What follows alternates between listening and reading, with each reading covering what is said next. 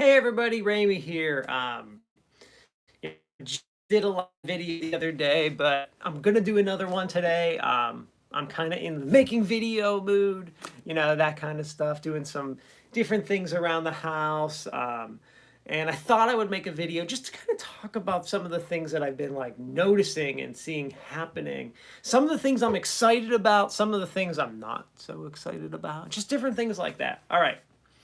Um, okay, so where do I start?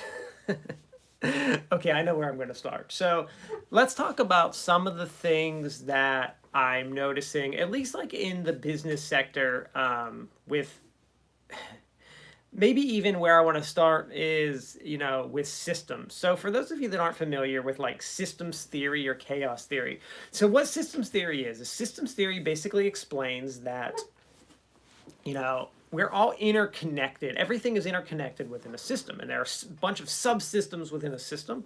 And the system itself is self-renewing. So when something happens, the system works itself out. So what that means is, how does that relate to us? So basically what that means is like right now what's happening with COVID, with the virus, is unfortunate, what's terrible what's happening in society, just awful, and like watching what's happening. But as far as what's happening from a business standpoint, people have lost their jobs. Certain industries are failing, and it's no cause, no fault of their own for the most part. I could say some businesses didn't prepare, but I can't blame people for stuff like that. I would not want to blame people for stuff like that. But it's like, so I don't want to blame people for something like that. I don't want to really even blame the businesses. It's more like we're blaming this virus for it. So let's talk a little bit about that. So in a system, when one thing happens, which right now is coronavirus, other things are also happening. It's like this ripple effect. So, systems theory explains that a system is self-renewing, that a system will, it's interconnected. So how are we interconnected right now? What exactly is happening in society? So it's interesting, you hear about like, well, lots of people have lost their jobs, but the interesting thing about that is you're also hearing like there are areas in retail in certain sectors that are actually hiring right now. Why are they hiring? Because all of a sudden there's been this huge demand for what they are doing. So it's like this balance. There's like this tipping balance, and right now the scale is, it tipped to start. It tipped like way up where there was like job loss and like nothing happening, but it's actually tipped down a little bit where some of these industries like retail and stuff and grocery stores are actually hiring a little bit. So the scale's tipping a little bit back up, but there's still a lot of failure here. So what does that mean? What does that mean is as we move with this, the scale will eventually go back to normal. How that happens, we don't know.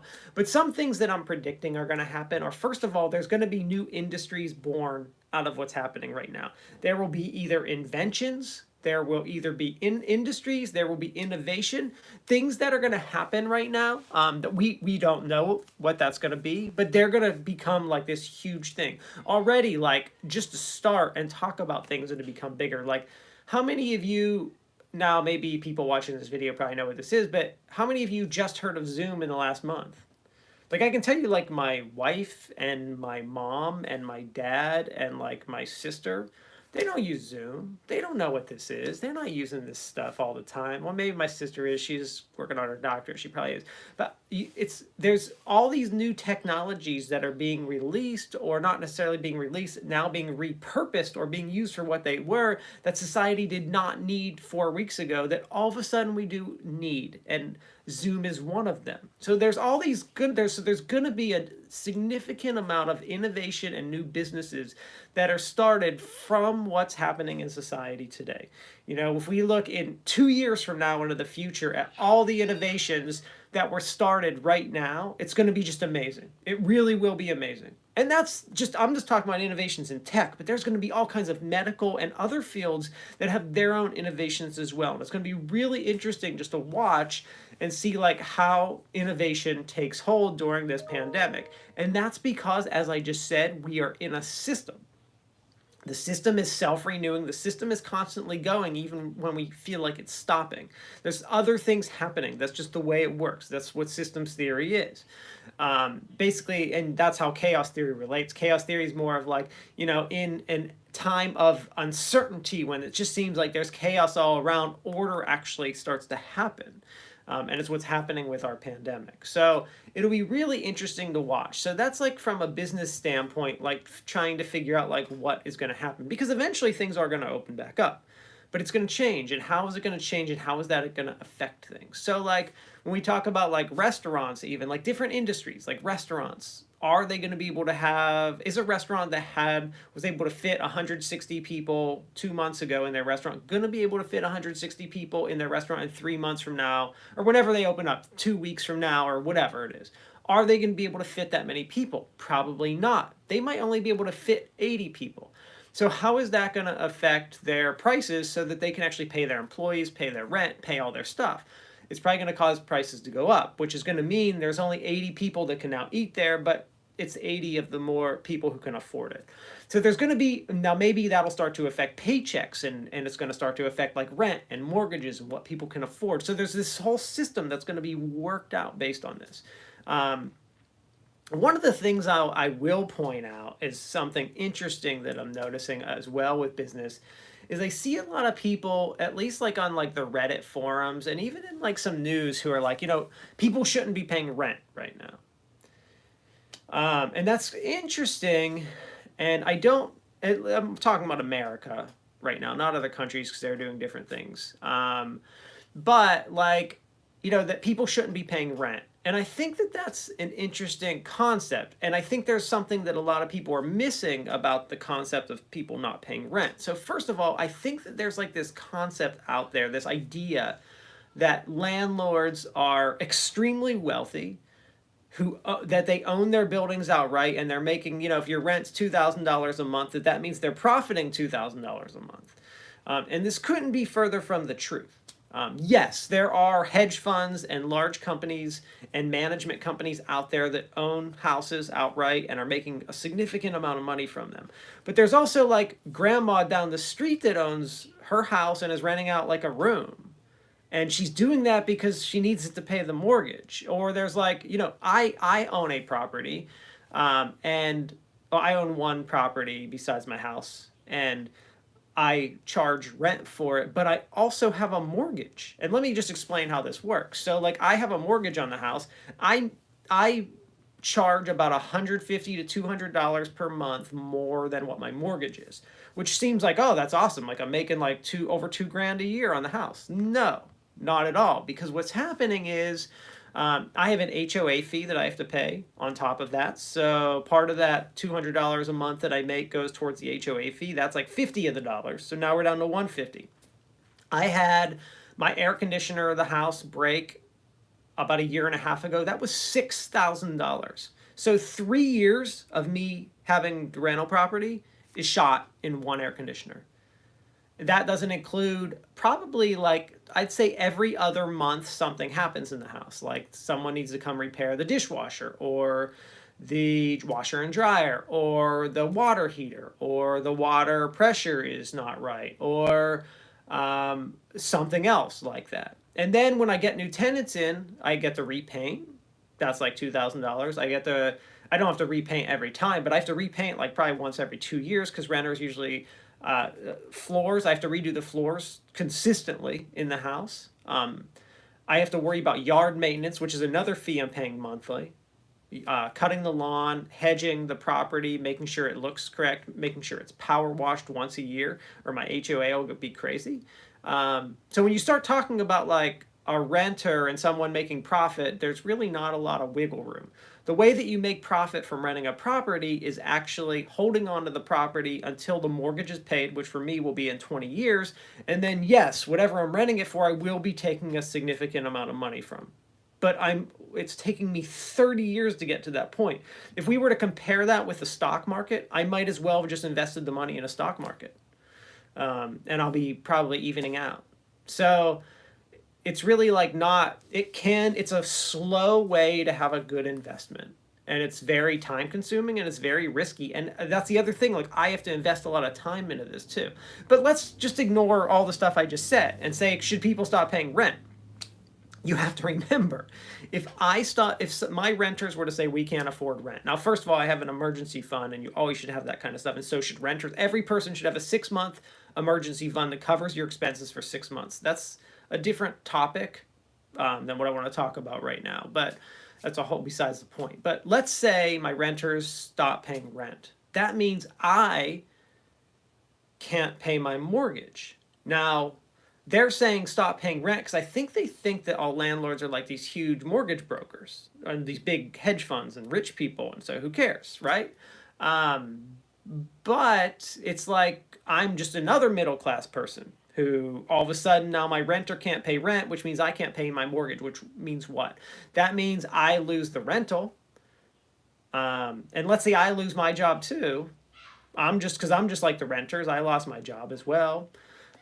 Which I haven't, but we're just hypothetical situation. So someone who owns a house or two, maybe they had to move because of work, or maybe they had to take care of a sick relative and they couldn't sell their house, so they had to keep it and they have to rent it out to pay the mortgage. All of a sudden, they can't pay that mortgage. They can't pay their current mortgage because they also lost their job.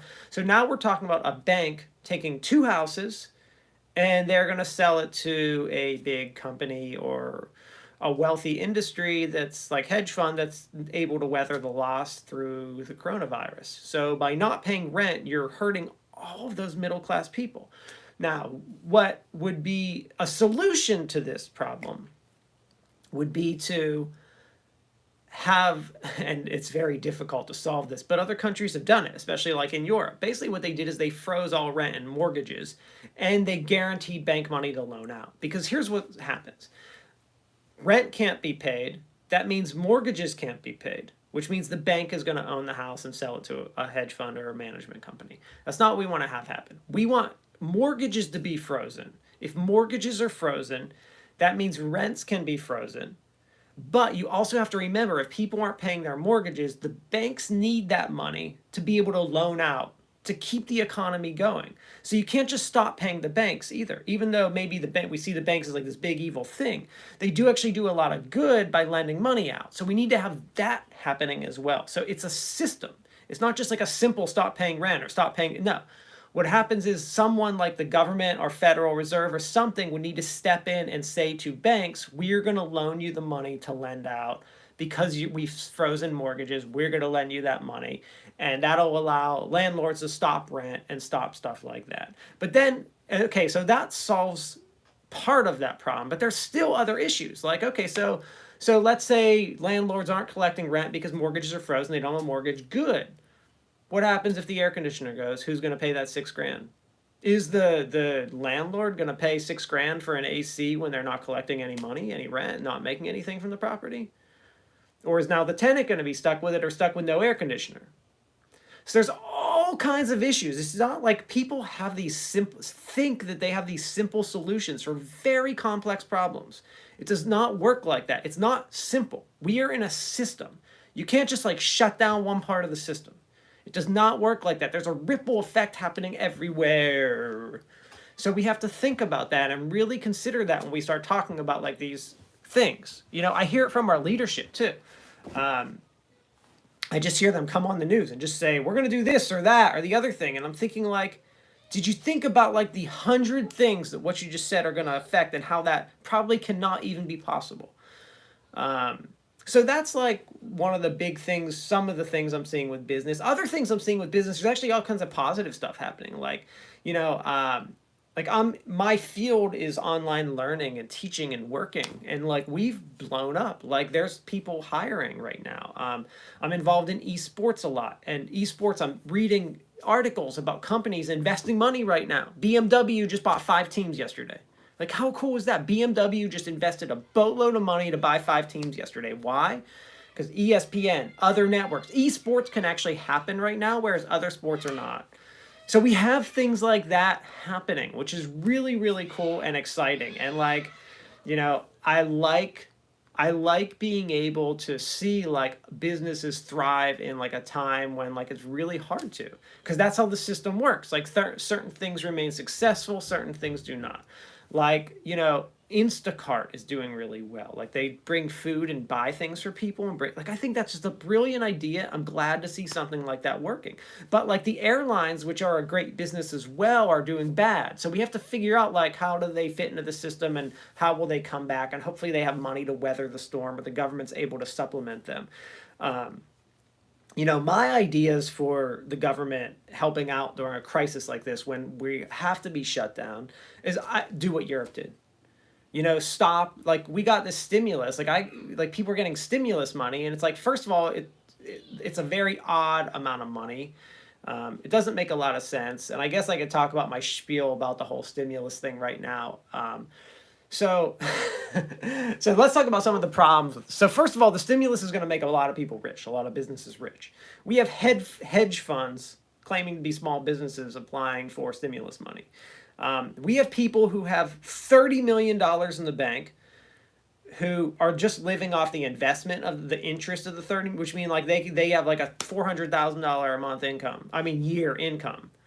But that income's not really income. It's just interest off their investment. So it's not counted as income, even though on their taxes, they're just living off of interest. And they're actually able to make $400,000 last year, and they are also able to collect stimulus money. And this is happening because I'm seeing it on all the Reddit forums that I'm on with all the people who have retired with a large amount of money. And they're like, this is ridiculous that I'm getting a stimulus right now. My salary last year was $200,000. But yet the guy who made 80 grand last year that's fired from his job is not getting any stimulus money. So tell me how that makes any sense. The guy who made 80 grand last year that lost his job, that might be losing his mortgage, is not getting stimulus money. And the dude who made 200 grand off his interest of his bank account or in investment funds is actually going to get stimulus money. So that's what our stimulus did. It's a very odd thing. My solution for the stimulus would have been something much different. I would have done more what I really like what Europe did. Anyone who lost their job and made like up to a certain amount. So like couples, let's say use the amount the government did, 75 grand individual, 150, you get 80. If you lose your money because of what's happening right now, you lost your job, the government's going to give you 80% of your salary. So what does that mean? That would mean like couples, and let's say you made like $300,000 but you lost your job, you'd still get up to like the maximum, like the 150 maximum. So that means every person who lost their job would be getting this money. Now, why do I agree that that's a good solution for right now, for short term? Because the government's forcing us to shut everything down. I think that when the government says we're opening back up, they stop that. And because we can't have people just like claiming they're not, there's going to be all kinds of problems with it, but we really have to step up and make sure the economy does not collapse right now. We don't want to have this like economic fallout, and it's going to happen, and we need to make sure we do what we can to offset it. We have to remember, unfortunately, interest rates were already too low to begin with, and taxes were already cut too much in the last 3 years, which is a huge problem. We should have never did this. Like all the things I've been talking about when the economy tanks, because the government's not going to have anything to, all the things that they normally do to stimulate the economy, they're not going to be able to do. And they really can't do it when there's a huge virus out there. So, so let's talk about things happening. This leads right into my conversation about things happening in society right now. So like, there seems to be a big like reopen certain states. Like there's a big reopen North Carolina and reopen certain states. And it's an interesting conversation because the people for it are saying, it's my choice. If I want to reopen, I can. You just don't have to go and get sick. And that's a one way to look at it. And then the people against it are like, well, we got to listen to the scientists, and we're not supposed to do that. And don't worry, the economy's not worth lives. And so there are some interesting viewpoints there. And I think, there's There's some interesting, when you look at it from all angles and you try to figure out, well, what is happening, as I said, in this systems view, like, and this is what our leaders need to do, is look at it from this systems perspective and really figure out like what is happening. So let's look at this issue right now with like reopen, not reopen, economy and stuff. So first of all, here's the problem with just reopening. And also and I'll explain the problem with not too. So the problem with reopening is that, okay, that's fine and dandy. We reopen, the people who want to go back to work and be normal can. The problem is, if they do, all of a sudden we have this rush of sickness. Here's the problem. All of those people who are now sick have now harmed our medical staff. So our first responders are going to A, get sick because of these people, possibly die because of these people, have to work in terrible conditions and not have enough ventilators, make decisions on who's going to die because people wanted to reopen.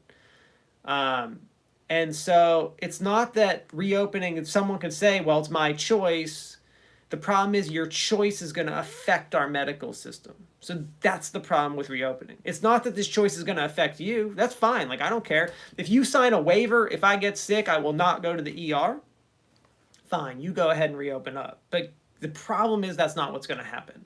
The problem is all the people who do get sick will go to the ER. And even if it's just one person and you affect a doctor and that doctor gets sick and dies, you caused their death because you wanted to reopen and you went out, you took a risk that's now straining everyone else. It's the same, it's the seatbelt argument. If you're not familiar with what that is, it's like, it's my choice not to wear a seatbelt. So if I get in a car wreck, it's on me, right? I'm the one that's going to die. No, what actually happens is if you get in a car wreck and you didn't wear a seatbelt and you're more injured now because you didn't wear a seatbelt, guess what? There's some hospital that's going to have to treat you.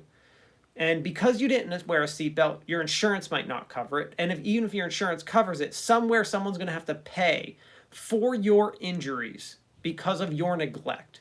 That means either you're costing the insurance company a bunch of money that wouldn't have had to happen if you would have worn your seatbelt, or the medical hospital now has to deal with it and eat that cost and charge everyone else more money. So this is where, like, we're all part of a system we have to think about. So, like, you can't just do certain things. It just doesn't make sense. Now, let's talk about the problem with not reopening. Because the people who are saying reopen, there is a good point there. We can't just stay shut down forever. First of all, as I said earlier, the government needs to step up and have a solution for us, a unified plan. And maybe that plan is, hey, we are going to do what China did and just completely shut down. But we don't need to do that. But let's say we did. Then the government needs to have a plan to make sure the economy continues to function. And that might be paying everyone a salary while it happens, while there's this mandatory shutdown. Fine. The other solution is to look at what some of the other countries did who have successfully stopped this virus in its tracks and remained open. The number one country who did it, Taiwan. Just follow their model. Why can't we just follow a model of a country that's working, that's doing this? They remained open for the whole time, which we're past the point of that because we didn't do anything. We're not proactive. We've been reactive. But we can still come back. How can we come back? So do what Taiwan did. Taiwan, everyone wore a face mask while the virus is out. If you were affected, they did tons and tons of testing. If someone was affected, they had a mandatory quarantine, which they faced jail time or a big fine if they broke it. Because we can't have people breaking quarantine if they're sick. So if you're sick, you're mandatory quarantine. Everyone who you exposed also has mandatory quarantine, which I know would be not fun. But that's what you do. And guess what? You find so there are these little pockets you find everywhere of the virus, but you shut them down so hard right away that it doesn't spread, and that allows the rest of the economy in Taiwan to continue. Schools to go on, kids to go to school, all the stuff. But you have to do that kind of stuff. In Taiwan, the kids, like when they sit at a desk, they have a divider. So like if a kid coughs, it doesn't go to the kid next to them. So like we've got to start thinking in those terms to figure out how to actually get the economy on track. Because I can tell you right now, like if you opened up today, I can guarantee the people in my neighborhood aren't leaving their house. They're not going to a restaurant tomorrow unless you guarantee their safety. They're not going to a movie. They're not going to concerts. They're not running the stores. They're not doing anything. So you've got to really come up with and figure out how to make this safe, how to do it. And there are ways to do it. We just have to do it. It doesn't even take a genius to figure it out. We have a model. We have countries doing it. Follow the model. It doesn't need to be polarized politically, which what we're doing. We have the left and right fighting with each other over common sense issues that, I mean, we have top epidemiologists who are experts saying, look, here's what's going to happen. Yes. And people don't understand when they say this is what the model predicts, this is what the model says. Now, people who are making assumptions about these models, I see comments on Reddit and all over the web, have no idea how to read statistics, have no idea what the models actually mean, how they change, how different factors, variables being fed into the model change things. They don't even know how to read what the model's saying. Let me just give you an example. So they're saying, the big thing is our social distancing is working. They were, people were saying, well, the model originally said 2 million people were going to die of this. And then they changed it to 200,000, and then they changed it to 60,000. So these people don't know what they're talking about because the models are all wrong. These scientists are bonkers. No, that's not what happened. The 2 million number was, here's what's going to happen if we do nothing. The 200,000 people dying model was that they assumed that only a certain number of people would social distance. What happened is it turned out more people were social distancing than they thought actually would listen. So they were able to lower their estimate from 200,000 to 60,000. They were only able to lower their estimate because it wasn't their model was incorrect. It was their variable. They thought that people wouldn't listen, and actually more people did. So it wasn't even that their model was wrong. It's just they had to enter some more variables. And as they've always said from the beginning, if you listen to the doctors on the news, they're saying the models will change as we get real data and know what's really happening. It feeds it into the model and makes it better and better. And you really don't know the final case until you see it when it's all done. We're like trying to predict right now. It's like trying to predict a hurricane. They don't know what's going to happen. They get closer and closer and things shift, but they're narrowing it down. Same thing is happening here. Then the next problem is now people are saying, well, we're at the peak, and just gotta check the time here. We're at the peak, so we don't have to worry, like we're past it. There's only gonna be 60,000 deaths. So first of all, that's incorrect. The 60,000 death model assumes that all current social distancing efforts are kept in place until May 31st. That's another 6 weeks from now. The 60,000 deaths that we have predicted right now in our world, in the United States, are if we actually remain social distance for another 6 weeks. Not if we stop now. No, that's not how it works. So, people can't read these models, and it's like they didn't even take the time. It takes 5 minutes to look up what I just explained. Just look it up. Read the site. It explains. The website tells you right there how they did it and what it means and how they're figuring it out. It's not rocket science. And the model also says 60,000 is the average. There's a low and high number that it could be too, based on, and they tell you all that right there. They're just trying to give us an idea. It's like with a hurricane. It's like, how mad would people be if there was a hurricane in the Atlantic Ocean and the weather people were just like, you know what? We're not going to predict this at all. We're just going to let it go wherever. You guys figure it out. Like, we're not going to say where we think the track is right now. Like, people would be up in arms. Same thing with this. They're trying to give us a prediction based on all the data they have. They can't just do nothing and not predict it. They've got to at least try, and they'll get narrower and narrower as they go down. So people need to think about all that kind of stuff.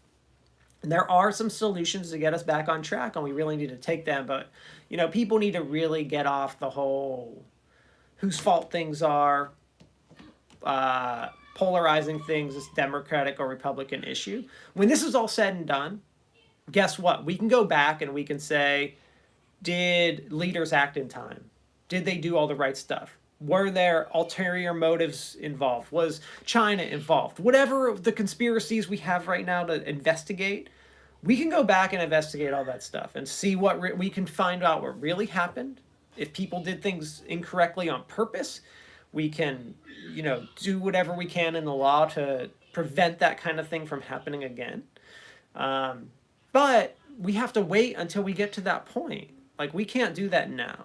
We don't have the resources. We need to spend the resources we have on solving the problem at hand. Those are problems that we will deal with in the future. Um, so, anyway, those are my thoughts on this issue and kind of what's been happening. So, hopefully, you enjoyed. And maybe I'll be, now, I probably won't be back again tomorrow. Well, we'll see. Who knows? I never know what I'm doing day to day. So, in a bunch of meetings the rest of the afternoon. So actually, it's lunchtime for me. So I got to go eat lunch because I need to eat lunch quick before my next meeting. Um, so anyway, hope you enjoyed, and later I'll